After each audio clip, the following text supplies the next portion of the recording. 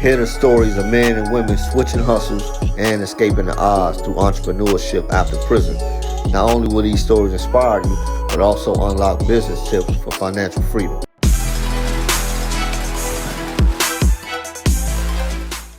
Hey, what's up, brother? How you doing, man? I'm good. How's everything? Good? Everything's good, man. Hey, I was wondering what happened to you, man. Yeah, you know what it is? I was in the highway. Okay. I was in the highway. I had to come. I'm all the way in Pennsylvania. Okay. All right, man. What's good? Yeah, hey, man. Thanks for coming on, man. You already know. Yeah, definitely. Hey, thank everybody for coming on Escaping the Odds podcast. We interview formerly incarcerated men and women who now are successful entrepreneurs such as Tone and I, man. And so we just want to really show that inspiration, show the world, man, that we can get out, we can do something differently. So talk to us, man. What's going on with your brand? You got a clothing brand called SVCCCESS Clothing, spelled with a V. Yes. All right. Now that's different. All right. What made you do it that way, man? Hey, can you bring the camera down just a little bit? We can see a whole. Yep, there you go. Yep. Got it? Yep.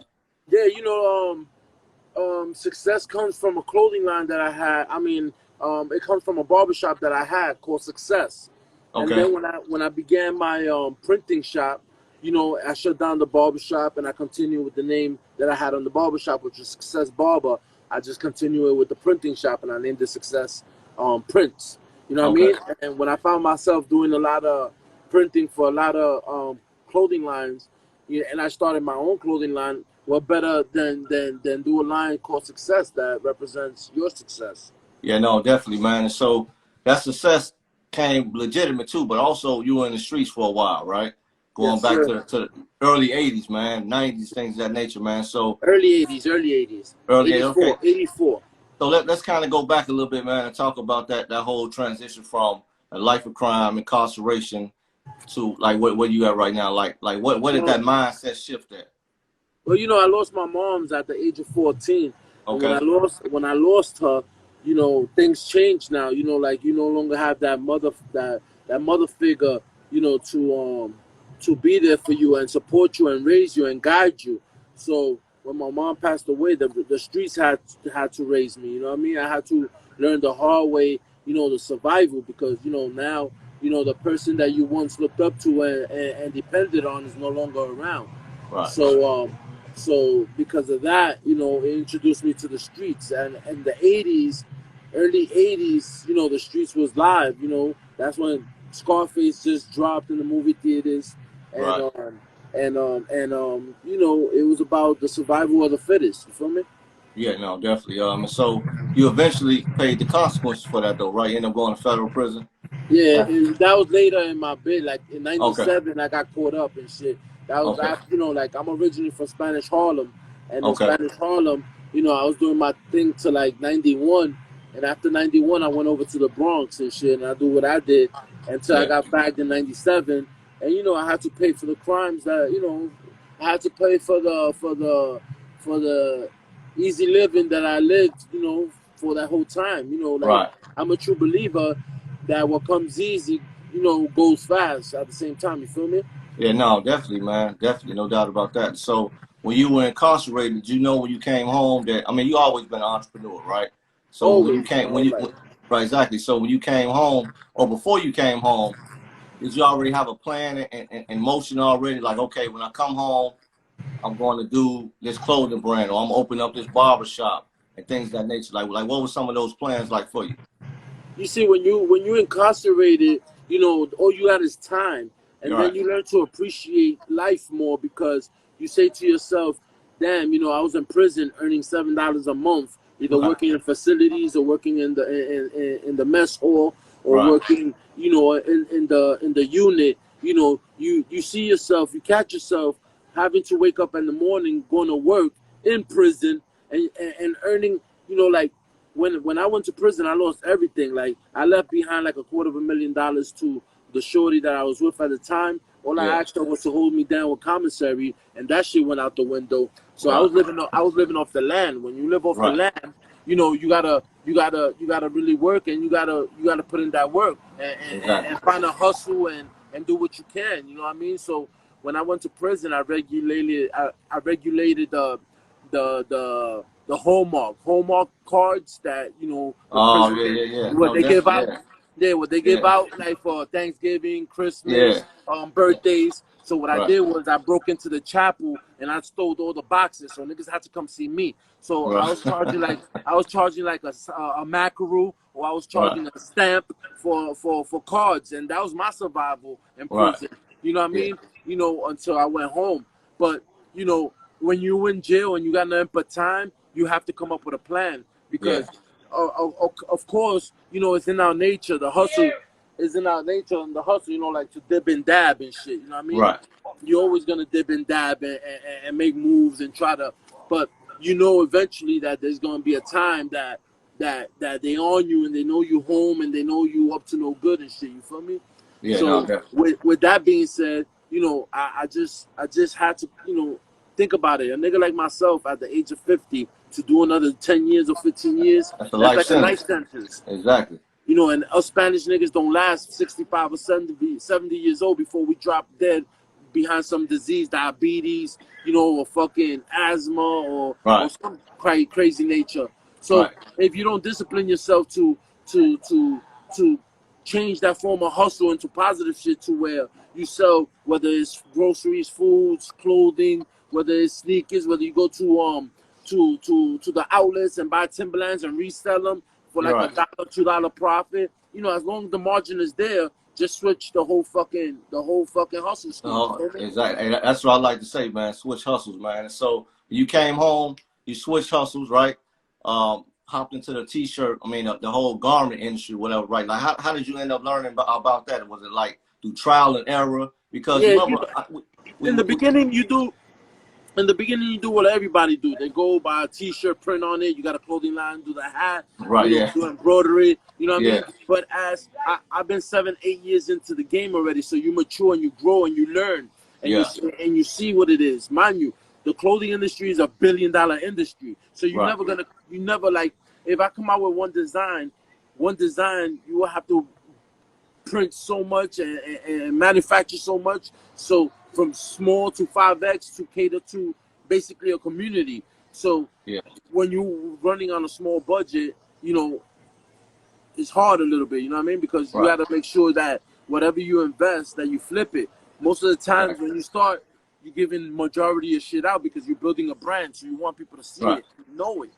You know what I mean? Definitely. In the beginning, I took L's because I was just giving it away because I was building the brand. I wanted everybody to see it. Now I'm on some other shit. Now I'm on like, I'm good with just, you know, I don't want everybody wearing my product because I want us to be relevant. I want to be popping.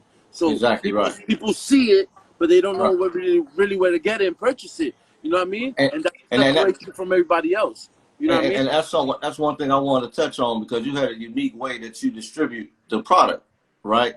Like you, instead of putting them in stores or even selling them online, because I know you said right now you're working on your website again. I'm working on the website because you know, I'm OCD when it comes to building the brand and all that. You feel me? No doubt. So building the brand is important, and by building the brand is by separating. You know, damn, I hate to be biased because I come from the gutter and I come from the streets and I know what it is. But separate the successful from the non-successful people and the lazy people. You know what I mean? So what separates me from everybody else is kind of like raising my prices on my garment. You know what I mean? Okay. I'm not even mad whether I stay stuck with my garment. You know what I mean? Because I want really people that's successful and work hard for their money to purchase my product. You feel me? And another way that people kind of differentiate themselves with their brand is how they distribute it, right? And one way that you distribute is that you provide wholesale pricing opposed to going to the store. You sell them to the guys in the different neighborhoods. So why is it that you do that? Because I mean that's almost like a street approach. You know what I'm saying? It's like it's almost like a street approach, pretty much, where you giving your product away to guys on the street so they can kind of make them some money. So what made you kind of come up with that concept to do it that way? Because the niggas that I fuck with are street niggas that liable and they credible, you know, and they good and they good in nature and they more like me, entrepreneurs in their own ways. So you see, everybody runs to stores, and then the margin is not too great when you give it to a store. The margin is slim because what happens is when you wholesale to a store, you have to give it to them at a price to where even if they decide to go 50% sale on your product, they have to make a profit off that 50%. You know, Right. So the margin's not really. But dealing with my mans, giving them my product is like giving them a pack of drugs. You feel me? It's like, yo, here you got fucking like a 50 pack, and out of this 50 pack, you should make a nice profit. You know what I mean? And Right. I'm seeing when you're done, and then they move it. You know what I mean? Because they see nothing but successful people wearing it. They see, OGs wearing it. They see people, with a hustle wearing it. So people want to wear it and they just can't get it anywhere. Right. So it's also like Jim Jones with fucking with the Vampire Life. It was everywhere and people had access to it. That shit wound up in Farmer Mills in a department store. I won't want so why is that? Why do you think that happened? Because it was everywhere. It was everywhere. They flooded stores, they flooded streets, and they ain't sell. They ain't sell. To me, they flooded more stores than what they marketed and promoted. So that kind of like fucked them up a little bit. So what happens is when a certain style don't sell, and we're moving on to like the next, which is fall, winter, or spring, whatever, that shit gotta go to these department stores so that they can sell for cheap. Right. So now you buying Vampire Life, which is Jim Jones shit, for like $5, $10 a t-shirt, when he was trying to sell it for $30, $40 a t-shirt. Right. I noticed also that one way that you promote and market your brand success is through like celebrities, right? Yes, mostly that I know. Right. Okay. And so you built pretty much a relationship with them already before they became famous, so it's kind of easy for you to reach out to them a lot easy. Okay. What happens is, I have more than 5 celebrity friends that I knew before they were who they are today. And what happens is that when they wear it, their celebrity friends ask like, "Yo, where'd you get that from?" And that's my man. And they want, and then just like a chain reaction. Let me ask you this, right? For somebody that may not have the connection that you may have, as far as like Sue got celebrity friends, but they got a product, and they got a product they feel that XYZ may want to endorse. How would you encourage them? How would you tell them to kind of like reach out to those kind of people that have them rock their product? Well, it's funny because now we in an era of social media, and you have it in the palm of your hand. It's as easy as DMing, direct messaging, or emailing an artist. Just like if you was to book them, be like, "Yo, listen, I got a product. Send me a PO box. I want to ship you a care package and support of what I'm trying to do." You see, these artists, they want everything for free. They don't mind, sending a PO box to where you could send them something. So it's easier now than before we had all this. Before it was a little rougher. Before they will have to know you or be affiliated with you in order to support you. Now they'll take it just because you got this social media shit and they want shit for free. Even if they don't wear it out to venues, but they'll wear it around their house. Somebody will wind up taking a picture. You see it, you repost it, and it's over. Exactly right. And so what are some of the other ways that you promote and marketing the brand? I'm more old school. I do the stickers, the 5x5. I do flyers. Yeah. Street team. I do, and not even street team because when I first started, I had a street team crazy as fuck. But they're opportunists, so I'd rather just move on my own because I'm everywhere anyway. So even if I dump a flyer in a Chinese restaurant, like anywhere, because wherever they see that VE or they see that success, they know it's a clothing line. They know, like, oh, these niggas even in the bathroom or for fucking stuff. You know what I mean? Right. Hey, so going forward, pretty much. So how do you plan on kind of continue to grow the brand? Because you've been doing it for 8 years now. Yeah, for 8 years now. Well, right now, do you ever think you want to get inside the stores? I know you say you're building a website, but like, or you just want to kind of keep it more like a kind of hard to get kind of a brand? I'm more on that one until I negotiate a licensing deal with someone that's doing at least 10, 60 million a year. Okay, let me ask you, let's talk about that for a minute, right? Because I think that a lot of people may not know about a licensing deal with clothing brands. What people may not know is that Roc Nation actually sold their brand to a company called Iconics. And Iconics brand, pretty much, they own a lot of different clothing brands. and pretty much licensing, like do licensing deals. So yeah, the licensing deal ranges from 3 to 6%.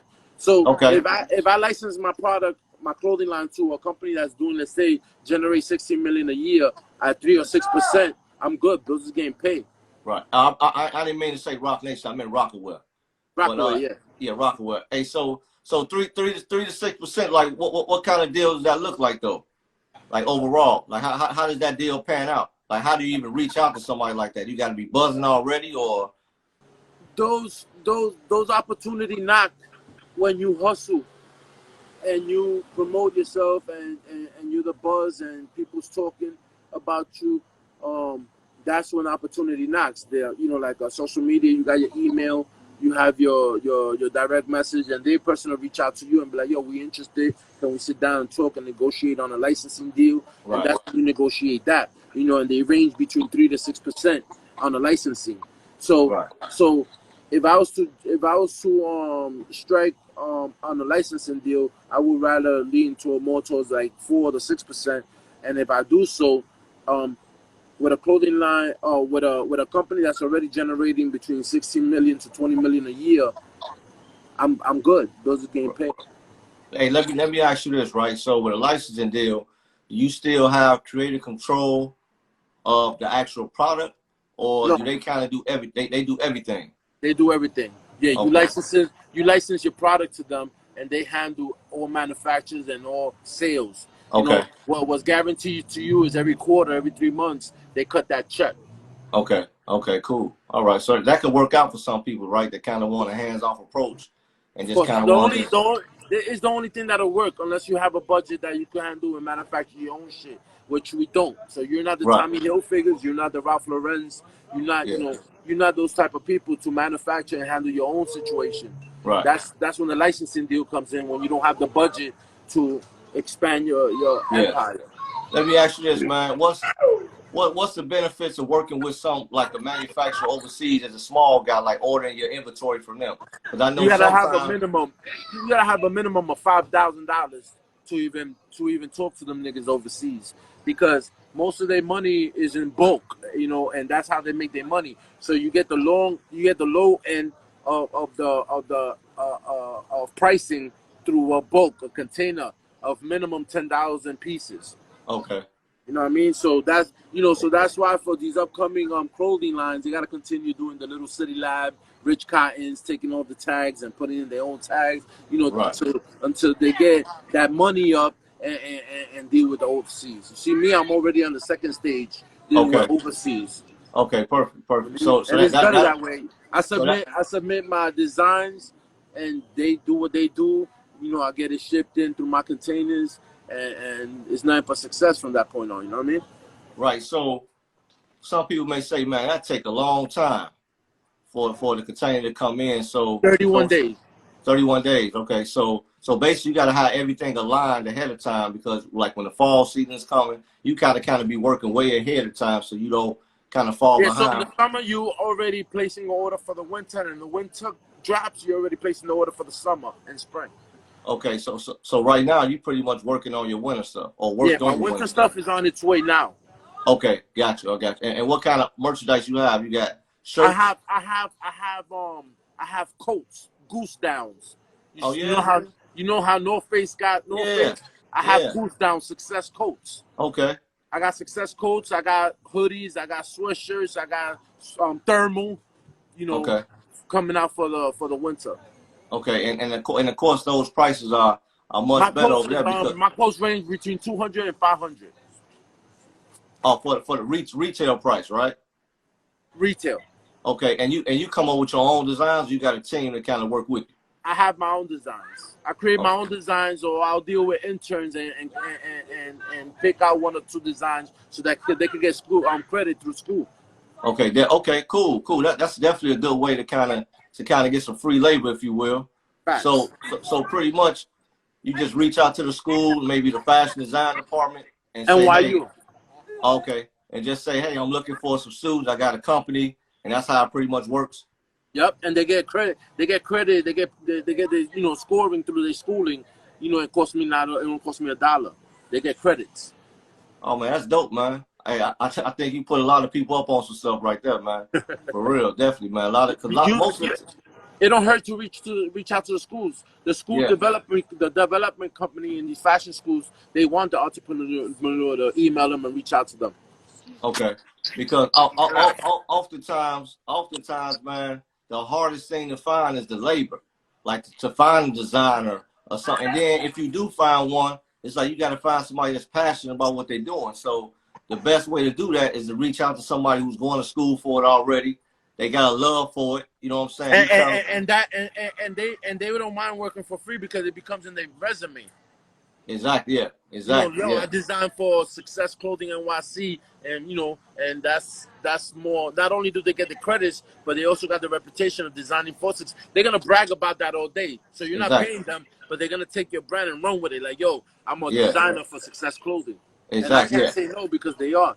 Right. Hey, and so how would you want people to identify your brand when they think of success? Why are they rocking your clothes? You know what I mean? Like, why are they rocking your brand? Or what do you want them to perceive it as? Well, with people that rock my clothes, eventually they got to be successful. You know what I mean? And success is a major, is a big key to my branding and my clothing. Like that's the key to everything. So that would be my answer to all your questions. Success, and successful. You know what I mean? So if you rep the brand, if you want, not only that, but my brand represents quality also because, the texture, the texture, the fit. Right. Don't be scared to throw my t-shirt in the washing machine because it's not going to shrink. You know what I mean? Shrink up. Right. It won't shrink up. You know what I mean? So that all that has to do with success. As far as being successful in fabric, quality, everything, and performance. Hey, so basically, if I wanted to start a t-shirt brand, because most people start off with a t-shirt brand because it's pretty easy to do that, right? Like, what kind of quality of shirt should I be looking at? Because, man, you got thousands of different brands out there, cotton blends. And you got 180, 200, 215, 220, GGs, on a t-shirt. You got dry fit, you got 100% cotton, you got 80-20, the individual that has the brand knows what's good for the for the consumer. So I kind of like promote my clothing the way I like my textures, me personally, for my skin. Right. Again, it's being a little biased because I gotta cater to all, but I know what's good quality. I know that if I buy a piece of garment and I put it in the washing machine, it's gonna last me several years. Exactly, yeah. Because nowadays, sometimes, man, you get stuff, man, it shrinks up, Yeah. And so definitely the quality is key on that, man. No, and definitely, it has to be. So, as far as the margins, man, what should I be looking at on the margins if I want to open up a clothing brand? Should I be looking like at 100%, 200%, 300%? Like, what's pretty much the industry standards? 300%. 300, okay. I would say minimum 300%. And why? Because what I'm telling you is this: when you deal with these retailers, you have to have a margin enough to where you could give it to them that, again, like even if they go sell it at 50% off on a sale, you have room, you know what I mean, for you to make money. Okay, yeah, no, that makes a whole lot of sense, man. So what's next for success, bro? What's next for success? I plan on doing a fashion show in the coming months, hopefully by next year. After this whole COVID shit settles down, I plan to do, because I've done 4 fashion shows since I've been around in 8 years. Okay. I've done 4 fashion shows in the Garment District, in Midtown Manhattan, in the Bronx Museum. You know what I mean? So I've done that. And I like to do little fashion shows just to keep people in tune of what I got coming up, exactly, in the future. So that's my goal, to come up with this fashion show, and also to keep creating, product to where people feel successful. Right, exactly. Hey, so was it a huge task to take on to do a fashion show? Because when I think of fashion show, I'm thinking more not even pretty much urban brand or a brand built by someone that come from where we come from. You know what I mean? I'm thinking more like couture things of that nature, right? So how was you able to pull that off? Bro, I don't even know. I just did it. I'll be honest with you. I didn't even know how I pulled it off, but I pulled it off. I know that you know, my industry friends brought me some white chicks, Asian chicks, you know, Hispanic chicks. You know, I had maybe like 30, 40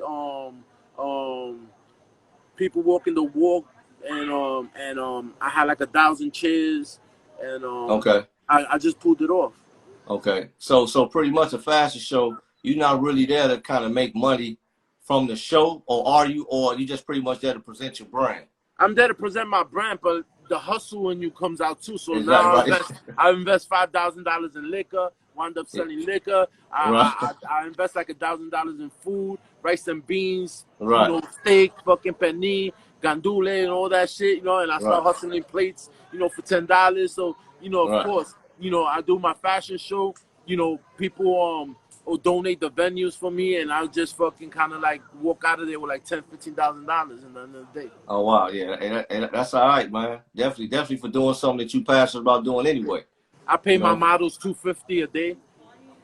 Oh yeah, that's all right, man. So hey, so what would you tell the cat, man or women that's coming home from prison, man? They got an idea, because as you and I both know, you and them, man, we got a million ideas, right? Yeah, and so, you know, when you're in there, I recommend, or let's just talk about halfway house, because we can't speak for those who are in there, and we definitely ain't making plans for those who plan to go inside. But if you're in the halfway house and you're tuned in, or you're gonna hear about this, it's important that you set a goals and you set a plan and you set a map on what you want to do. You know, when you come home. It could be it don't have to necessarily be garment or clothing. It could be if you caught a skill in prison and you learn how to weld, or you caught a skill how to put up sheetrock or lay bricks, you know, on the construction field, or technology, or if you're good with the laptop, you know, create something that could, you know, bring you revenue without depending on the what I'm trying to find the best answer to this. When someone works a 9 to 5, we get comfortable with that and wind up living check by check. Exactly, right. Calling the rat race. Yeah, I'm not a fan of that. You know, I like expensive stuff. I like to have more than the average. So when you find yourself working a 9 to 5 and only finding yourself living check by check, that's not successful. Right.